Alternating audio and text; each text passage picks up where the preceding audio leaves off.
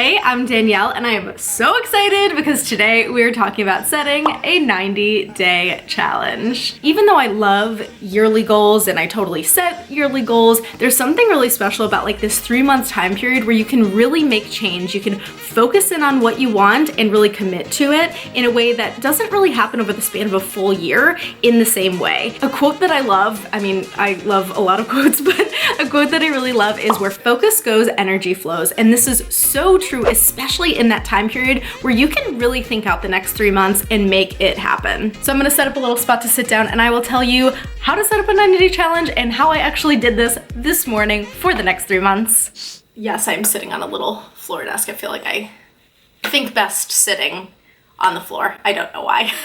But let's talk about the 4 steps to setting up this 90-day challenge, and I'll explain exactly how I did this with the 90-day challenge that I just planned this morning.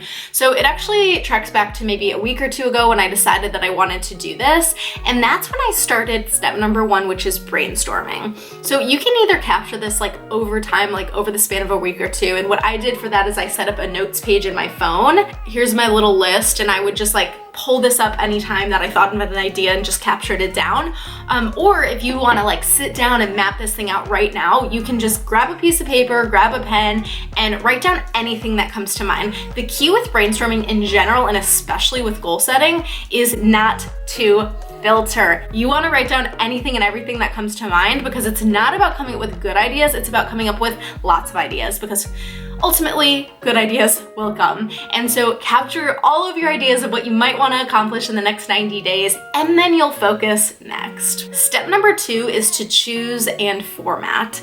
What I mean by this is where you start narrowing down on which of these goals that you really want to focus on, and also figuring out how to format it. And the reason that this goes together is because when you start figuring out like the format for it, which I'll explain more in a second, that's when you realize like if you're biting off more than you can chew, or if you're really like genuinely focusing on something that you want to do. Because if you just give yourself a giant to-do list, that's not always the best bet.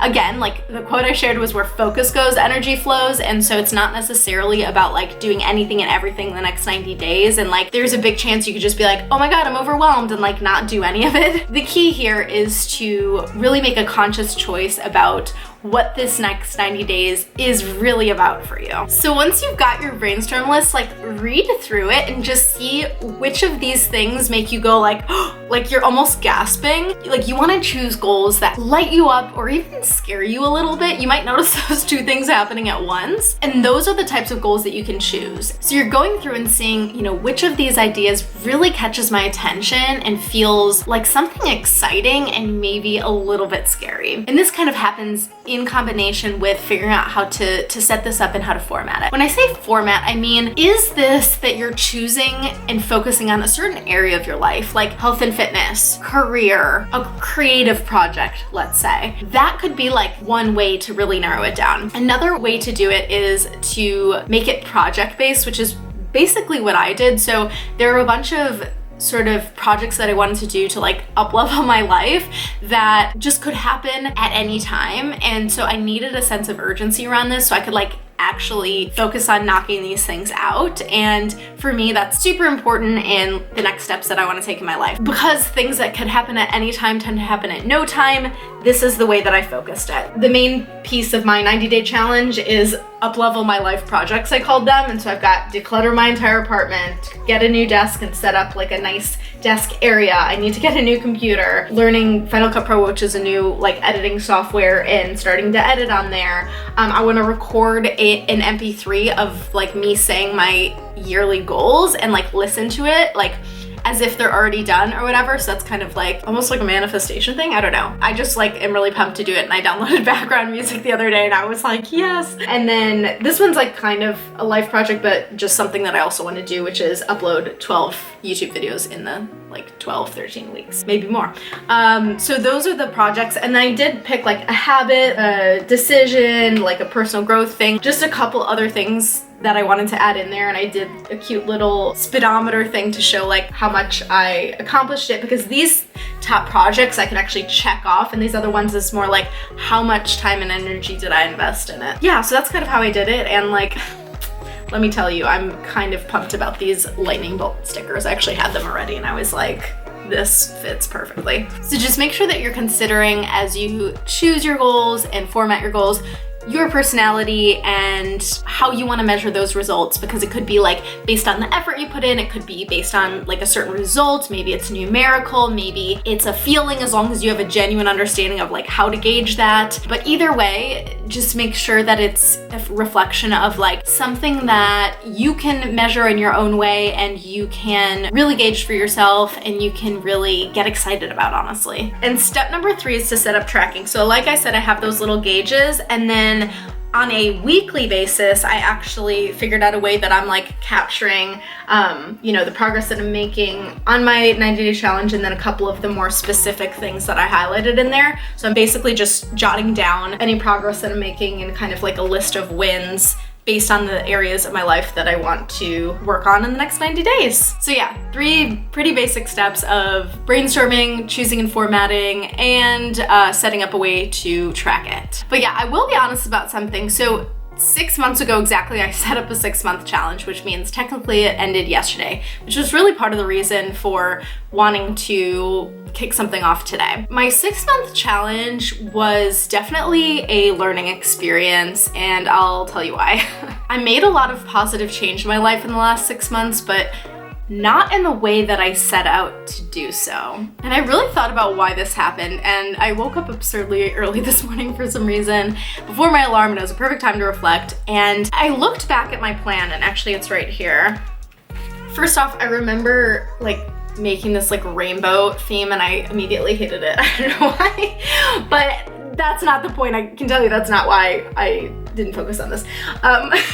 So I like set this whole plan up, and I basically made like 6 different goals and then like built out this whole thing around it. And I honestly just like made it too complicated. And while the other one, like the 3-month challenge that I just set up, fills up the same amount of space, it's kind of more easy for me to wrap my head around and knock out. And basically like it's easier for me to see how to make progress on my 3-month challenge than with this. Some of these are kind of just hard to measure. Like, I don't know, it was like envision my dream life every day. That's so cheesy. But that was one of my 6 things, and like, I don't know. So if I miss a day, like how am I tracking that? So anyways, that's why this time I did decide to make it project-based. Plus I had like a bunch of projects that were just not gonna happen if I didn't put it into like a goal format like this and like put some urgency around it. The other really important piece to this, aside from my lack of enthusiasm about this color scheme and how complicated this all is, I realized something big. The other reason that this didn't really land for me was that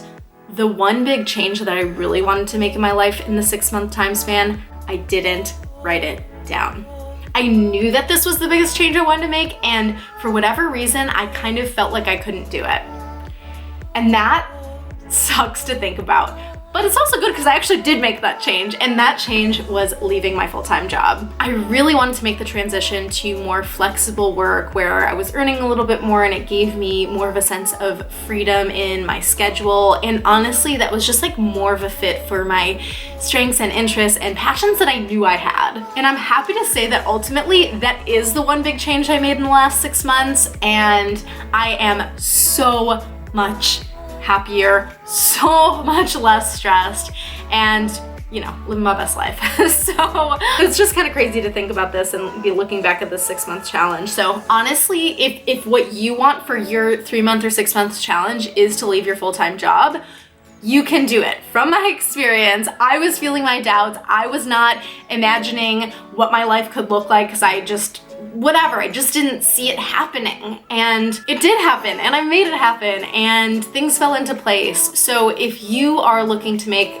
the change of switching jobs, leaving a stressful job, making that kind of job transitioning to more flexible work, I captured my entire process, so you can check that out and feel like you're in good company. I actually made a playlist with all the videos about quitting my job. Definitely check that out. I will link it in the description below, and if that's a big change you want to make, I am here for you.